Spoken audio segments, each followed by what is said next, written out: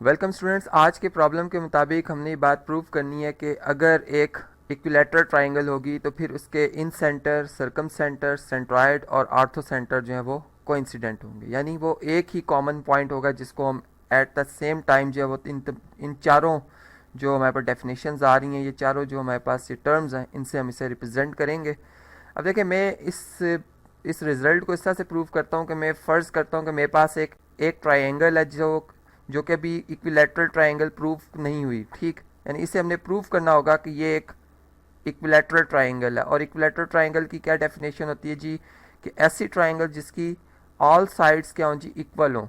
और ऐसा भी हम कह सकते हैं कि एक ऐसी ट्राइंगल जिसके ऑल एंगल्स जो हैं वो इक्वल हों, यानी 60 डिग्री के हों, ठीक है। तो यहाँ पर फिर हम इस तरह से कहेंगे कि ट्राइंगल, चूंकि मैंने इसको ए बी से रिप्रेजेंट किया है, हम लिखेंगे इज़ एन इक्विलेटरल ट्रायंगल, ठीक है। और मैंने आपको दो बातें बता दी हैं, इनमें से कोई एक रिजल्ट भी अगर प्रूव हो जाता है तो हमारा ये थ्योरम या ये जो हमारी स्टेटमेंट है यहाँ पर कंप्लीट हो जाएगी। अब इस तरह से कि चूंकि हमने ये कहा कि ये हमारे पास जो पॉइंट यहाँ पर हमें जो शो हो रहा है, ये फॉर एग्जांपल मैं कहता हूँ जी जी पॉइंट है ये, और ये ऑर्थो सेंटर है। ऑर्थो सेंटर की क्या डेफिनेशन होती है जी? कि किसी भी ट्रायंगल के जो परपेंडिकुलर्स होते हैं, उसकी हाइट्स जो होती हैं जिस पॉइंट के ऊपर, यानी इनका जो पॉइंट ऑफ कॉन्करेंसी मैं कह सकता हूँ कि वो जो होता है उसे हम कहते हैं ऑर्थो सेंटर। और इसका मतलब है कि फिर ये ट्रायंगल की हर साइड के साथ जो हमारे पास ये रेड कलर में हमें लाइंस सेगमेंट नज़र आ रही हैं, ये हर साइड के साथ परपेंडिकुलर होंगी, 90 डिग्री का एंगल बनाएंगी। इसी तरह यहाँ भी हमारे पास 90 डिग्री का एंगल बनेगा, ये भी 90 का एंगल है, इसी तरह ये भी एंगल 90 डिग्री का होगा, यहाँ भी 90 डिग्री और यहाँ भी 90, ठीक है। अब देखें, इससे नेक्स्ट वेरी वेरी नेक्स्ट हम ये बात साथ ही देख रहे हैं कि यही पॉइंट हमारे पास जो है वो हमारे पास क्या जी, सेंट्रॉयड भी है। सेंट्रॉयड क्या होता है कि मीडियंस, ट्राइंगल के मीडियंस। और मीडियन क्या होती है जी? कि किसी भी ट्राइंगल की साइड का मिड पॉइंट लिया जाए, जैसे यहाँ पर फर्ज करते हैं डी मिड पॉइंट है ट्राइंगल का, ये ट्राइंगल की साइड का, और इसको मैं ज्वाइन कर देता हूँ अपोजिट वर्टेक्स से, तो ये मीडियन है। इसी तरह तीनों मीडियंस जिस पॉइंट पे इंटरसेक्ट करते हैं उसे कहते हैं जी सेंट्रॉयड। तो यहाँ पर फिर ये तमाम जो हमारे पास पॉइंट्स आ रहे हैं जहाँ पर ये रेड और हमारे पास ब्लैक लाइंस इंटरसेक्ट कर रही हैं, ये हमारे पास क्या कहलाएंगे जी? मिड पॉइंट्स आएंगे। ये इनको मैं यहाँ पे शो भी कर देता हूँ। ये हमारे पास ई मिड पॉइंट आ रहा है, और ये हमारे पास यहाँ पे एफ मिड पॉइंट आ रहा है। और इसी तरीके से फिर हम ये कहेंगे कि ये डिस्टेंस बी से लेकर एफ और ए से एफ ये कॉन्ग्रेंट होगा। इसी तरह बी से ई और ई से सी ये डिस्टेंस कॉन्ग्रेंट होगा, और फिर ए से डी और फिर डी से सी ये डिस्टेंस क्या होगा जी? कॉन्ग्रेंट होगा। अब देखें यहाँ पर एक और बात कि हमने ये भी कहा कि साथ ही ये जो हमारे पास पॉइंट है जी, ये सरकम सेंटर भी है, और circumcentre basically right bisectors के पॉइंट ऑफ इंटरसेक्शन को कहते हैं। और जो सरकम सेंटर होता है वो फिर एक सर्कल का सेंटर होगा, और उस ये तमाम तीनों पॉइंट्स जो हैं बेसिकली सर्कल इन्हीं तीनों पॉइंट से गुजर रहा होगा। तो फिर जी का ए से डिस्टेंस, ये मैं कह सकता हूँ यहाँ पर कि फिर G to A distance, G to B distance और जी टू सी डिस्टेंस, ये तीनों डिस्टेंसेस आपस में क्या हो जाएंगे जी? इक्वल हो जाएंगे। ये बात हम समझ गए हैं यहाँ पर। और दूसरी बात कि हमारे पास जो इन सेंटर है, इन सेंटर की ये डेफिनेशन होती है कि इन सेंटर जो है वो एंगल बाई सेक्टर्स, यानी जैसे अगर मैं बी एंगल की बात करूं तो एंगल बी को अगर हम दो बराबर हिस्सों में डिवाइड करें तो ये एंगल बाई सेक्टर कहलाएगा। और तीनों एंगल बाई सेक्टर ट्राइंगल के एंगल्स के जिस पॉइंट पे इंटरसेक्ट करते हैं इसे हम कहते हैं जी इन सेंटर। तो जी इन सेंटर भी है।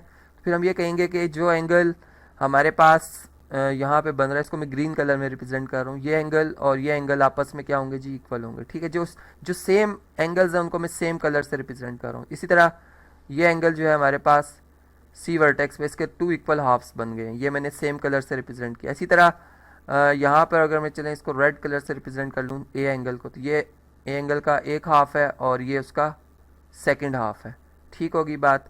अब देखें कि हमारे पास जो जी पॉइंट तक का, यानी जो परपेंडिकुलर डिस्टेंस है, अगर हम किसी भी यहाँ पर अगर हम देखें तो हमारे पास ए से लेकर डी तक, जी से लेकर एफ तक और जी से लेकर ई तक ये परपेंडिकुलर डिस्टेंस है, और जी इन सेंटर है। इन सेंटर मीन्स के हम एक सर्कल जो है इंस्क्राइब्ड सर्कल बना सकते हैं। ट्राइंगल के अंदर एक सर्कल बना सकते हैं और उसका जो डिस्टेंस लिया जाता है हमेशा वो परपेंडिकुलर डिस्टेंस लिया जाता है, ठीक। तो यहाँ पर अगर मैं ए सी का परपेंडिकुलर डिस्टेंस देखूँ तो वो मेरे पास जी डी आ रहा है, ठीक। और ये भी चूंकि सेंटर होने की वजह से जी इन सेंटर भी है, तो फिर जी से डी डिस्टेंस, जी से एफ डिस्टेंस और जी से ई डिस्टेंस ये भी कॉन्ग्रेंट होंगे। ये बात आप समझ गए हैं। अब देखें, अब हमारे पास डिफरेंट ट्राइंगल्स यहाँ पे बनती हुई हमें नज़र आ रही हैं और इनमें क्या सिमिलरिटी, फॉर एग्जांपल अगर मैं इस ट्राइंगल की बात करता हूँ, यहाँ पर चले मैं इसे शेड कर देता हूँ, लाइट सा शेड करते हैं जी, कि अगर हमारे पास फ़र्ज़ करें ये ट्राइंगल हो और दूसरी ट्राइंगल जो है वो हमारे पास फ़र्ज़ करते हैं जी ये हो, ठीक है। अब इन दोनों ट्राइंगल में अगर मैं 1 to 1 करस्पॉन्डेंस लेता हूँ तो मेरे सामने जो बात आती है वो ये आती है कि इनमें जो 90 डिग्री के अपोजिट साइड है, यानी कॉमन हाइपोटेन्यूज साइड है इन दोनों में, ठीक है। ये बात हमें नज़र आ रही है यहाँ पर। और प्लस इसमें हमने देखा कि इस ट्राइंगल में हमारे पास ये साइड और ये साइड ये दोनों इनमें कॉमन है, यानी हाइपोटेन्यूज साइड पोस्टुलेट की बेस पे ये दोनों ट्राइंगल्स क्या हैं जी, कॉन्ग्रुएंट है। इसी तरह अगर मैं अब ऐसे करूं कि मैं इस ट्राइंगल की 1 to 1 करस्पॉन्डेंस, यानी यहाँ पर हम ये कह रहे हैं कि दोनों ट्राइंगल कॉन्ग्रुएंट हैं, इनके एंगल्स भी कॉन्ग्रुएंट होंगे, ठीक है।